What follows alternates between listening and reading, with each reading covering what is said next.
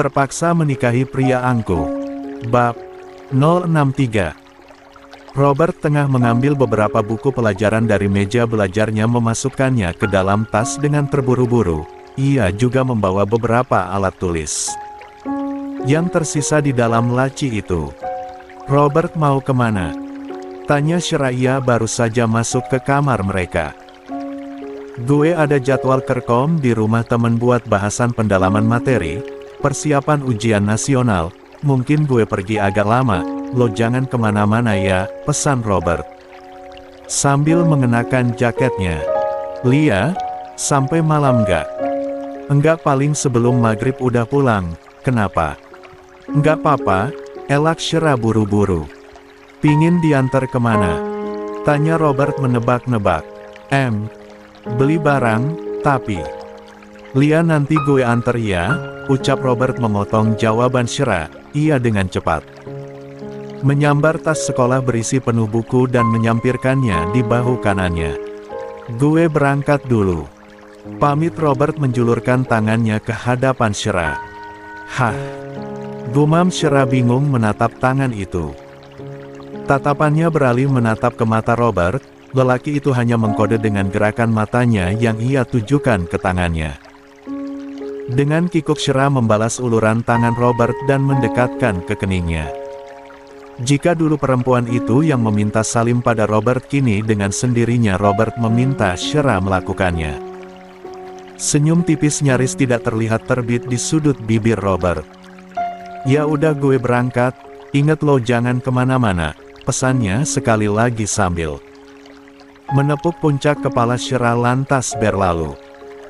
Sementara itu Shreya yang masih berdiri di posisinya semula tampak mengerjapkan matanya tidak percaya dengan apa barusan terjadi. Namun perlahan kedua pipinya memerah, dia pun salah tingkah sendiri. "Iye, selamat sore tante," sapa Sarah begitu mamanya Cindy membukakan pintu. "Oh iya Sarah, Fai masuk-masuk, Cindy masih di kamarnya, abis ini tante panggilin," sambutnya ramah. "Selamat sore tante," sapa Saka dan Dirga hampir bersamaan. Melihat kedatangan para cowok itu seketika wajah ramahnya tadi berubah menjadi waspada dan ini terlihat sangat jelas sekali. 1, 2, 3, 4, 5. Gumamnya menghitung teman cowok Cindy yang ikut belajar kelompok di rumahnya ini. "Kok lebih banyak cowoknya ya? Sebentar tante panggil Cindy dulu," ucapnya berlalu. Tanpa mempersilakan Saka dan yang lainnya untuk masuk. Namun bodoh amata namanya juga Saka, dia segera mengajak teman-temannya untuk tetap masuk dan duduk bersama Sarah dan Fai. Lama mereka menunggu Cindy keluar, samar-samar ia mendengar percakapan Cindy dengan mamanya. "Kenapa kamu bawa teman-teman cowok kamu ke sini? Kamu nggak dengar apa yang mama bilang? Jangan berteman dengan cowok." "Ma, mereka satu kelompok belajarnya Cindy, nggak bisa Cindy pilih-pilih. Lagian ranking mereka juga bagus-bagus ma, apalagi yang namanya Dirga, dia itu juga salah satu murid percontohan Makaya Sarah itu." "Yang mana namanya Dirga?" "Yang rambutnya ditata ke belakang ma." "Udah ma, tolong marahin Cindy-nya nanti aja. Kalau mereka udah pulang, Cindy nggak enak, mereka udah terlanjur datang." Sementara itu teman-temannya yang duduk di ruang tamu hanya mampu saling beradu pandang. 15 menit acara belajar mereka berlalu dengan tidak begitu menyenangkan. Karena sang mama dari Cindy ini ikutan duduk di sudut ruang tamu mengawasi mereka. "Matematik udah pada clear belum?" tanya Sarah. "Gue ada yang agak bingung soal persamaan linear tapi gampang, ntar gue bisa tanya sama Dirga," ujar Fai. "Oke ya udah, sekarang ganti soal ke English ya," ajak Sarah. "Tas listening aja, kuping gue kadang congean jadi agak salah dengar gitu," usul Revan. "Oke, kita langsung menuju tas listening ya yang fill in the blank," instruksi Sarah ia. Segera memutar contoh soal tryout dari laptopnya dan begitu juga teman-temannya. Di antara kalian ini tidak ada yang berpacaran kan? Tanya Mama Cindy tiba-tiba, dan membuyarkan fokus listening mereka. Nggak ada tante, sahut Sarah cepat. Ia melirik ke arah Saka. Emang dirinya nggak pacaran kan udah nikah malah. Ya sudah bagus kalau begitu, silakan lanjut lagi belajarnya, kata wanita tersebut masih bersedekap dada memperhatikan mereka semua. Sarah lantas kembali memutar soal listening tadi. Nahra barusan tadi apa ya, everyday? Apa a Friday? Tanya Robert yang agak kurang fokus karena keberadaan mamanya Cindy ini dia jadi tidak begitu mendengar dengan jelas pronunciation yang diucapkan oleh speaker. Obet lo bisa langsung lihat ke keterangan waktunya. Kalau dia menanyakan hari pasti jawabannya nama hari, kalau dia menanyakan kapan berarti jawabannya adalah waktunya, terang Sarah. Oh satu sih, kata Robert sambil mengklik tombol enter di keyboardnya, bukan untuk menjawab soal namun untuk menulis ke message center di kolom chat messenger web. Mereka, Obet. 1. Gila nyokap lo Sin, strict parent banget. Leader garis bawah Saka, mana segala gerak-gerik kita diawasin pula, gue udah gila kali kalau jadi Cindy. Cindy cute garis bawah, sorry ya guys, kalau belajar kalian jadi nggak nyaman. Revan, ganteng, gada, Obat, lo udah gede Sin, udah mau lulus SMA lo masa diawasin segitunya sama nyokap lo, pantes lo agak lola kalau urusan 18+, mau gue ajarin secara privat. Arahel, fun. Lo mau gue tendang dari kelompok belajar ini. Fafai, tahu tuh, udah kick aja deh dia. Obet. 1. Materi kali ini cuma 75% aja yang masuk otak gue guys, kaku banget. Suasananya, kalau lebih fun mungkin gue bisa nyantol lebih banyak. Leader garis bawah Saka, next di tempat lo aja Bet, banyak protes kali kau ini. Oh Bet. 1. Jangan-jangan, di tempat Dirga aja deh. Aksi gibah online mereka tiba-tiba buyar karena dering HP mamanya Cindy yang begitu melengking. Dan di luar kebiasaan orang pada umumnya saat menerima telepon yang agak menjauh, wanita itu tetap duduk di posisinya seolah tidak ingin melewatkan pengawasannya dari Cindy. Katalog perhiasan, ucapnya dengan seseorang di seberang telepon. Seketika Sarah dan Fai menoleh cepat ke arah Cindy, wajahnya seketika pucat pasi itu. Apa? Kamu pasti salah lihat Jeng, nggak mungkin anak saya yang jadi modelnya, dia nggak ada potensi jadi model, lagi pula. Ucapnya terhenti sambil melihat layar di HP-nya, lawan bicaranya itu mengirimkan foto katalog online yang Cindy jadi modelnya kemarin. Wanita itu seketika menutup teleponnya. Dia menoleh ke arah Cindy dengan begitu marah. Mama, Cindy bisa jelasin. Bangun kamu Cindy. Wanita itu menarik kasar lengan gadis tersebut. Model itu nggak punya masa depan, dia hanya berlenggak-lenggok di catwalk jadi bahan tontonan udah gitu aja. Mama udah bilang kamu harus jadi dosen, tegasnya. Suasana belajar hening seketika, mereka merasa tidak enak berada di ruangan ini. Mama sedang merendahkan profesi model lo sekarang. Model bisa mengembangkan karirnya ke berbagai dunia entertain lainnya, dan Cindy nyesel mama sekolahin kamu ke SMA. Kamu tuh emang lebih baik homeschooling sejak awal. Jadi gini kan sekarang. Kamu tuh salah pergaulan. Saka dengan kesal segera menangkupkan layar laptopnya hingga terdengar bunyi krek. Dia menatap wanita tersebut dengan tatapan tidak sukanya. Mohon maaf tante, Anda mengatakan jika Cindy salah pergaulan itu secara tidak langsung telah menyinggung perasaan kami semua yang ada di sini. Dan adalah hak setiap anak untuk bersekolah di mana saja dan mengembangkan segala potensinya. Sebagai orang tua Anda seharusnya bisa menjadi support system yang baik, bukan justru merusak mental anak Anda sendiri. tegasnya. Dunia ini kejam Tante, mau sampai kapan Anda memenjarakan Cindy dalam sangkar Anda? Bagaimana jika Cindy justru tidak bisa survive akan masa depannya, dan bagaimana ia akan bertahan nantinya ketika Anda meninggal dunia? Anda mau anak Anda menjadi gelandangan atau minimal jadi penghuni RSJ? Sahut Robert tidak kalah pedas.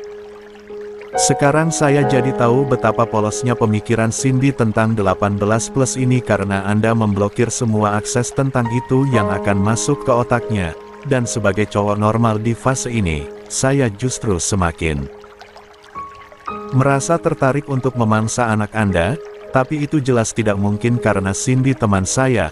Tapi bagaimana jika itu terjadi dengan pria-pria beringas di luar sana, bukankah itu semakin berbahaya untuknya? Jadilah orang tua yang normal seperti orang tua pada umumnya Tante, imbuh Revan di luar nalar. Kita semua memang masih anak kecil di mata orang tua kita, tapi bukan berarti semua kemauan orang tua itu bagus untuk anaknya. Tokoh agama dalam keyakinan saya juga mengatakan didiklah anak sesuai dengan zamannya, kata Irgi pada akhirnya yang sedari tadi. Diam saja. Saya juga punya mama yang sangat sayang pada saya Tante, tapi beliau menasihati saya ketika saya sedang sendirian di kamar saya, bukan di depan teman-temannya seperti ini. Karena niat mama saya memang ingin menasihati saya bukan mempermalukan saya. Pungkas Sarah. Robert merebahkan diri di ranjang kamarnya, perasaannya masih sedikit kesal saat mengingat acara belajar kelompok mereka di rumah Cindy tadi. Kenapa bisa ada orang tua semacam mamanya Cindy ini? Saat lelaki itu memejamkan matanya dan mulai tidur-tidur ayam, ia mendengar pintu kamar dibuka dengan sangat pelan, dan tak lama kemudian ia merasakan pergerakan di samping ranjangnya. Robert membuka matanya kembali, ia melihat Shira duduk di tepi ranjang, membelakangi dirinya. Perempuan itu tidak melakukan apa-apa, hanya duduk saja. Tadi mau dianterin beli apa? Tanya Robert kemudian, membuat Shira balik badan. Menoleh ke arahnya. Hah? Enggak jadi. Kok enggak jadi? Bukan barang yang penting. Ilya enggak penting. Jawabnya lantas balik badan menunggungi Robert lagi. Robert bangkit dari rebahannya, ia meraih jaket sukit miliknya, lantas mengenakannya. Gue mau jalan, lo nggak ikut? Tawarnya, membuat Shira menoleh cepat dengan mata. Berbinarnya setengah tidak percaya juga Robert akan mengajaknya jalan. Emang boleh? Kalau keluar rumah sama gue ya boleh, kalau sendirian ya nggak boleh. Bukan itu, maksudnya, kamu mau ajak jalan aku emang pacar kamu nggak marah? Udah sana lo siap-siap dulu, gue tunggu di bawah, jangan pakai bawahan rok ya, kita akan motoran, pesan Robert, perempuan itu mengangguk senang. Beberapa menit kemudian saat mereka berdua berjalan melintasi ruang tengah. Loh kalian berdua mau kemana? Tanya sang mama. Mau jalan bentar ma, jawab Robert. Ya udah hati-hati ya, jangan ajak Shira pulang malam-malam, dia masih masak. Pemulihan, pesannya. Liam ma. Kini di depan pintu garasi, Shira tampak canggung duduk dalam boncengan Robert, iya. Menyembunyikan wajahnya dalam bungkusan visor helm yang ia kenakan.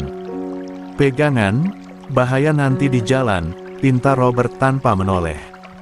Perlahan ia merasakan tangan Shira menyentuh ujung jaket miliknya.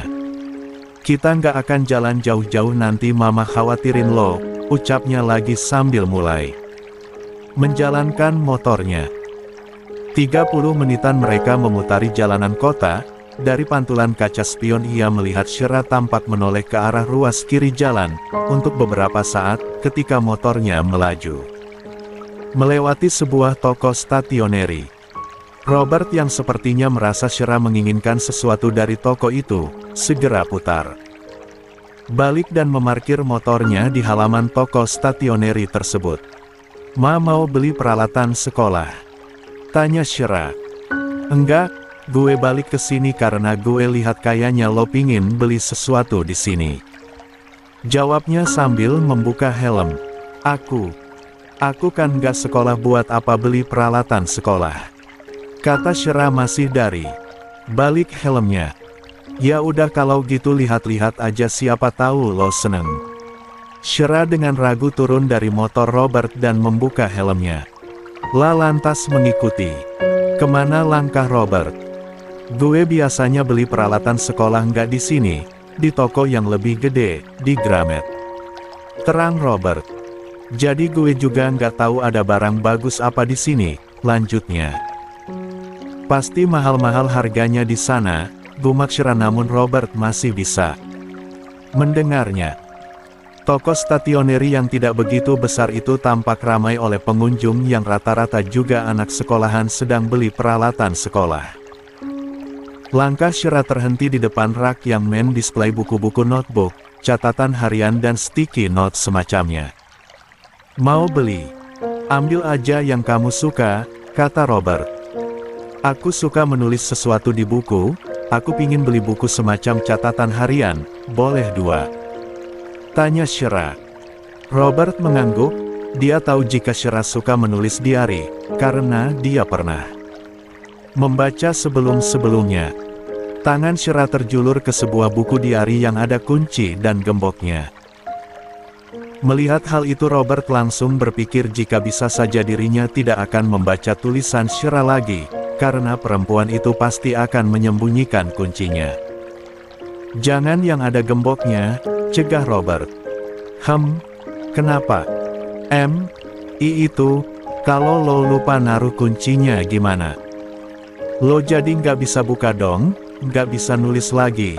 Kelit Robert mencari alasan padahal hanya dia ingin kepo dengan apa Hangdi tulis Shera. Oh iya juga ya, gimana kalau yang ini saja, tawar Robert asal ia mengambil buku diari estetik bergambar Little Mermaid. Bagus banget, ucap Shera. Ia segera membolak-balikkan buku itu untuk melihat harganya, namun tidak tertempel di sana, hanya ada kode barcode yang tentu saja akan ia ketahui harganya saat ia membayar di kasir. Udah gue yang beliin, jangan pikirin harganya, mau beli apa lagi? Makasih Robert. Usai membeli beberapa stationery lucu-lucu untuk Shera, saat ini mereka berdua duduk di pinggiran taman sambil menikmati es krim, tak jauh dari motornya terparkir. Kenapa tadi kamu belikan aku yang bergambar buku Putri Duyung? Tanya Shera, menikmati esnya.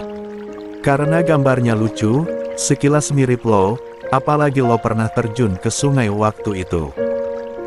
Jawab Robert membuat Shera tertawa kecil dan minta maaf telah merepotkannya waktu itu. Aku pernah melihat film Putri Duyung dulu, tapi tidak selucu di gambar ini, duyungnya. Bernama Siren. Kalau aku Shera, hampir mirip ya. Robert hanya menyimak cerita Shera sambil es dalam genggamannya. Siren tidak mendapatkan keadilan dalam hidupnya, dia memutuskan untuk naik ke permukaan dunia air. Shera terus bercerita tentang kisah Siren si duyung yang menyedihkan itu, yang akhirnya terbunuh oleh manusia-manusia kejam itu, duyung yang terbunuh karena cintanya pada manusia. Robert mengambil buku bergambar duyung tadi dan akan membuangnya ke tempat sampah. Jangan dibuang, aku suka buku ini, cegah Shera.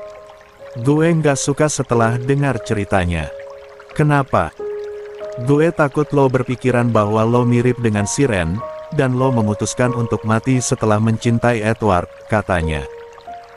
Aku mungkin siap untuk mati demi seseorang, tapi itu bukan Edward, kata Shera. Tuh kan, jangan bahas mati-mati, gue nggak suka. Semua orang juga akan mati kan? Cukup Shera. Cepat atau lambat kita juga akan berpisah Robert, entah karena kita bercerai atau karena mati. Robert menoleh ke arah Shera. Ia menatap perempuan yang tengah tertunduk mengamati es krimnya itu. Kalau gue memilih buat nggak ceraiin lo gimana? Kalau gue minta lo nggak ketemu lagi sama Edward gimana? Kenapa? Karena gue sayang sama lo. Shira terpaku mendengar ucapan Robert barusan, dia bahkan tidak berani menatap mata lelaki itu. Gue sayang sama lo dan almarhum anak kita, gue sayang sama kalian, lanjut Robert. Terdengar nada bergetar saat mengucapkannya. Shira, lo denger gue kan? Lia, aku dengar. Terus kenapa lo diem aja? Karena aku merasa nggak pantas sama kamu, masa laluku terlalu buruk dan aku juga sudah tidak suci lagi. Lalu aku berhak membalas ungkapan perasaan kamu barusan. Gue juga punya masa lalu yang tentu saja nggak sebaik yang lo lihat, makanya kita dipertemukan, bukankah kata orang jodoh cerminan diri? Kata Robert.